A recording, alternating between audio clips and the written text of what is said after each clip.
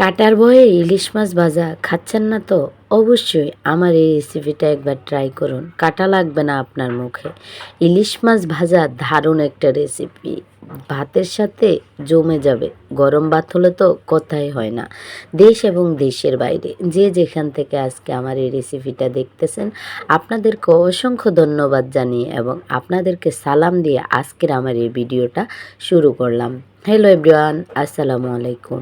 সবাই কেমন আছেন? আলহামদুলিল্লাহ, আল্লাহর অশেষ রহমতে আমিও ভালো আছি।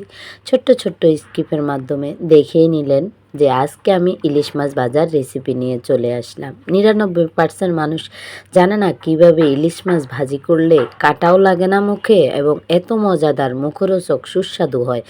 এই যে দেখুন, এখানে 6 পিস ইলিশ মাছ নিয়েছি। 5 পিস মাছ, 1 পিস লেজা। আর এখানে এক এক করে হলুদ, মরিচ, লবণ এবং কিনা জিরার গুঁড়ো, ধনিয়ার গুঁড়ো সবগুলো দিয়ে লাস্ট গোপন দুটো সিক্রেট দিয়ে দিলাম। আর গোপন দুটো সিক্রেট হচ্ছে রসুন এবং কিনা সরিষার তেল, সাথে একটু সর্ষার তেল। এই সিক্রেটগুলো আপনি যদি ব্যবহার করেন, এই যে সর্ষে ইলিশ মাছ যেটা আপনারা খান সর্ষে দিয়া, তার চেয়েও ডাবল মজা হবে এই ইলিশ মাছ ভাজার রেসিপিটা। মুখে কাটা লাগবে না যখন আপনার মাছটা এরকম ভাজা ভাজা হবে এবং গ্রান আসবে সুন্দর। আপনার মুখে কাটাকেও কিন্তু আপনি ভয় পাবেন না। তা আপনারা যে যেখান থেকে আমার ভিডিওটা দেখতেছেন, অবশ্যই আপনাদেরকে অসংখ্য ধন্যবাদ। কারণ আমার ভিডিওটা স্টেপ বাই স্টেপ যদি আপনি ফলো করেন, তাহলে ইলিশ মাছ ভাজার রেসিপিটা আপনি খুবই সুন্দরভাবে পারবেন। এবং নতুন হয়ে থাকলে তো কথাই নেই, আপনি কিভাবে তৈরি করবেন তার পুরো ভিডিও কিন্তু দেখিয়ে দিলাম। তা সবাই কিন্তু ভিডিও দেখে বলে, সবার ভিডিও কিন্তু 1 মিনিট 58 সেকেন্ডের উপরে অ্যাভারেজ গড়ে আমার ভিডিওর মধ্যে ভিউ আসে না। এটা কি কোনো কথা? একটু কষ্ট করে ভিডিওটা ফুল ওয়াচ করবেন। আপনাদের পুরো ভিডিও দেখে দিই, আপনারা না দেখেন, উপরওয়ালা তো দেখে, উনি তো সত্য, উনি তো জানে যে কে কার ভিডিও কতটুক দেখে। আশা করি কেউ ঋণের তলে থাকবেন না, কেউ বোঝার তলে থাকবেন না। সবাই সবার ভিডিওগুলো ফুল ওয়াচ করবেন। আপনি নিজ থেকেই বুঝতে পারবেন আপনার ভিডিও কে ফুল ওয়াচ করে আর কে ফুল ওয়াচ করে না। এখানে ইলিশ মাছ ভাজার জন্য কিছুটা পেঁয়াজ কাঁচামরিচও নিলাম। আর এই ইলিশ মাছগুলো লবণ হলুদ মাখিয়ে কিন্তু 30 মিনিটের জন্য রেস্টে রেখে দিলাম। আর 30 মিনিট পরেই কিন্তু আমি ফিরে আসলাম। আর মাছগুলো আবারও কিন্তু ভালোভাবে একটু নাড়াচাড়া করে নিয়েছি। আর মাছগুলোর মধ্যে অবশ্যই কিন্তু ডিম হয়েছে, আমি ডিম এক্সট্রা করে কিন্তু বাইর করি নাই, সেই সাথেই একসাথেই কিন্তু ভাজি করে নেব। এখানে একটা ফ্রাই প্যান বসিয়ে দিয়ে তার মধ্যে কিছুটা পরিমাণ তেল দিয়ে দিলাম। আর তেলের মধ্যে এক এক করে সবগুলো মাছ কিন্তু দিয়ে দিচ্ছি। এই যে দেখুন, সবগুলো মাছ কিন্তু অলরেডি দেওয়া শেষ। এখন এগুলোকে ভালো করে মুচমুচে করে ভাজি করে নেব।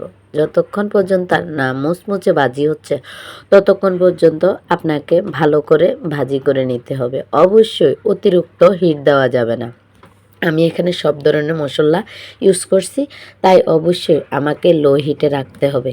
এই যে দেখুন, লো হিটে রেখেই কিন্তু আমার মাছটা অলরেডি ভাজি হয়ে গেছে। এক পাশ কেমন লালচা ভাব এসেছে, কেমন বাদামি কালার ভাব এসেছে, তা তো আপনারা ভিডিওটা দেখেই বুঝতে পারতেছেন। এইভাবে সবগুলো মাছ কিন্তু আমি এখন উল্টিয়ে নেব। এই যে এক পাশ হয়ে গেছে, এখন সেকেন্ড পার্টটাকে ভালোভাবে মুচমুচে করে ভাজি করে নিব। কালারটা দেখে মাশাল্লাহ। আর যখন ভাজি করছিলাম তখন মাছটার এত ঘ্রাণ বলার বাইরে। একটুখানি একটা মাছ, তার দাম হচ্ছে 800 টাকা করে কেজি। মানে এই ছোট মাছগুলো দামই হচ্ছে 800 টাকা কেজি। তাহলে বলেন আপনি কি খাবেন? খাওয়ার মতো কি আছে আপনার কাছে? আগে আমরা 1000 টাকা নিয়ে যখন বাজারে যেতাম, তখন কিন্তু ব্যাগ ভর্তি বাজার নিয়ে আসতাম। আর এখন বাজারে 1000 টাকা নিয়ে গেলে এক আঙ্গুলের আগায় করে কিন্তু বাজার আনে। দিন চলেছে আর দামগুলো বেড়েই যাচ্ছে। এখানে দেখুন, মাছগুলো ভাজা শেষ হয়েছে। চারপাশে মাছগুলোকে রেখে দিয়ে মাঝখান বরাবর যে তেলটা আমি আছে একটু বাড়তি করেই তেল দিয়েছি, যাতে গ্রানটাও আসে পেঁয়াজ কাঁচামরিচের গুলোর মধ্যে।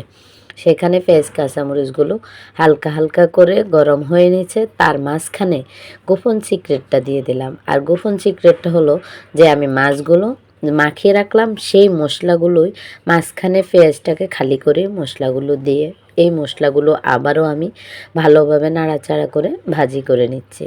এখন কিন্তু এই যে পেঁয়াজগুলো যখন একটু লালচা ভাব আসবে, তখনই কিন্তু মাছ, মরিচ, পেঁয়াজ, রসুনগুলো কিন্তু আমি খুব ভালোভাবে অ্যাড করে নেব। আর আপনারা তো দেখছেনই আমি আরও কিছুটা পরিমাণ মশলা অ্যাড করছিলাম।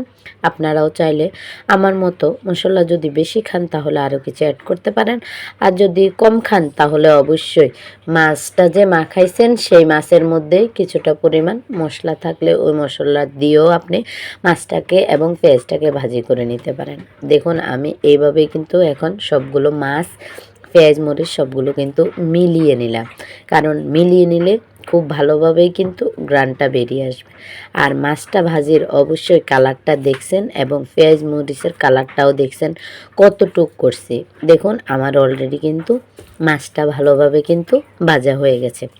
এখন পরিবেশনা করে আপনাদেরকে দেখিয়ে দেব। প্রথমত পেঁয়াজ উঠিয়ে নিলাম, এরপরে মাছের লেজাটা উঠিয়ে নিলাম, এক এক করে এইভাবে সবগুলো মাছ কিন্তু উঠিয়ে নিলাম একটা প্লেটের মধ্যে। ইস, গরম ভাতের সাথে যে মজা লাগছে, যদি আপনাকে একটু খাওয়াইতে পারতাম তাহলে বিশ্বাস করতেন। তা আপনারা অবশ্যই আমার এই রেসিপিটা দেখে বাসায় ট্রাই করবেন। আপনি যদি আমার ভিডিওর মধ্যে নতুন হয়ে থাকেন তাহলে অবশ্যই চ্যানেলটাকে সাবস্ক্রাইব করে আমার পাশে থাকবেন, আমিও আপনার বন্ধু হয়ে যাব। অবশ্যই একটা কমেন্ট রেখে যাবেন। দেশ এবং দেশের বাইরে যে যেখান থেকে এতক্ষণ পর্যন্ত আমার ভিডিওটা দেখছেন, আপনাদের সবাইকে অসংখ্য ধন্যবাদ এবং আজকের মতো আমার ভিডিওটা এই পর্যন্ত। আল্লাহ হাফেজ।